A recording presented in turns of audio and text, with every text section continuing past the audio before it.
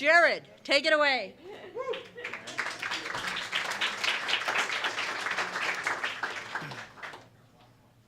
I'm going to play. I'm Margaret's understudy. How's that? Is that good? Right there? It's good for us. Okay. It's good for me, yeah. So last night, President Obama announced that he was going to ramp up airstrikes against the Islamic State in Iraq and the Levant ISIL. And about 9 years ago, I was a U.S. Marine deployed to the Iraqi border with Syria, and that region is currently under the control of ISIL.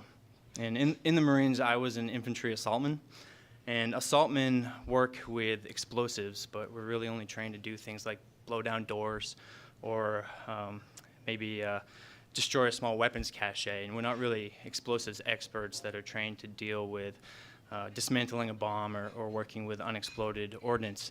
And unexploded ordnance is generally a large explosive like a tank shell or a helicopter missile that has been fired and was supposed to explode, but for whatever reason failed to do that. But even though I wasn't trained to work with them, I often found myself doing exactly that.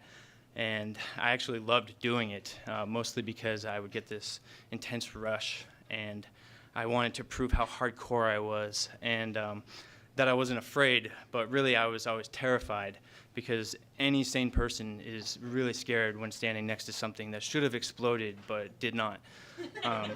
And so back in November of 2005, my unit pushed through a series of about 3 Iraqi cities on the border with Syria.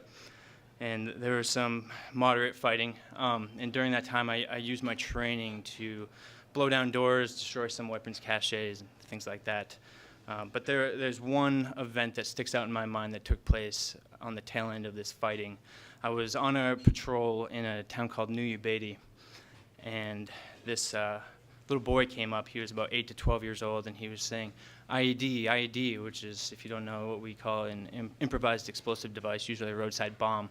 And he knew that was the term that we used, and he was waving us to follow him. So we followed him to his family's home, and we left most of the patrol outside, and myself and one other Marine went in.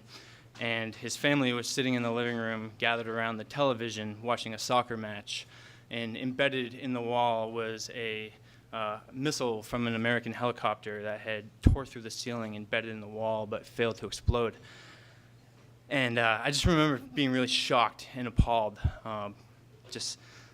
If this had happened in Lewiston, I think that probably officials would have cleared like several city blocks, and they would have called in a bomb squad. There would have been tons of news and media, but these people were just comfortably sitting there watching television.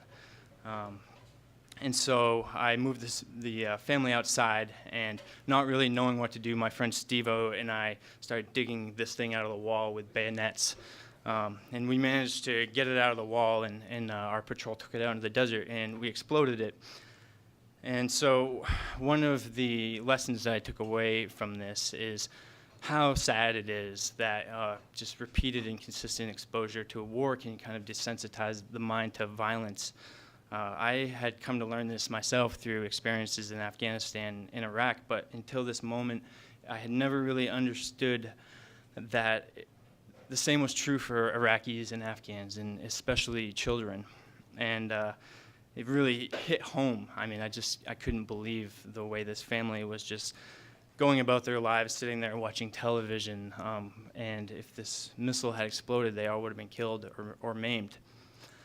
And just to bring it back around to President Obama's announcement last night, I'm thinking about that little boy who's probably about 17 or 21 years old now.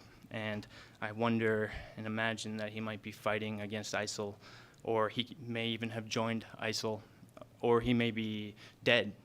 And I'm just praying that he's alive and that he's well and that he remains strong. Thank you.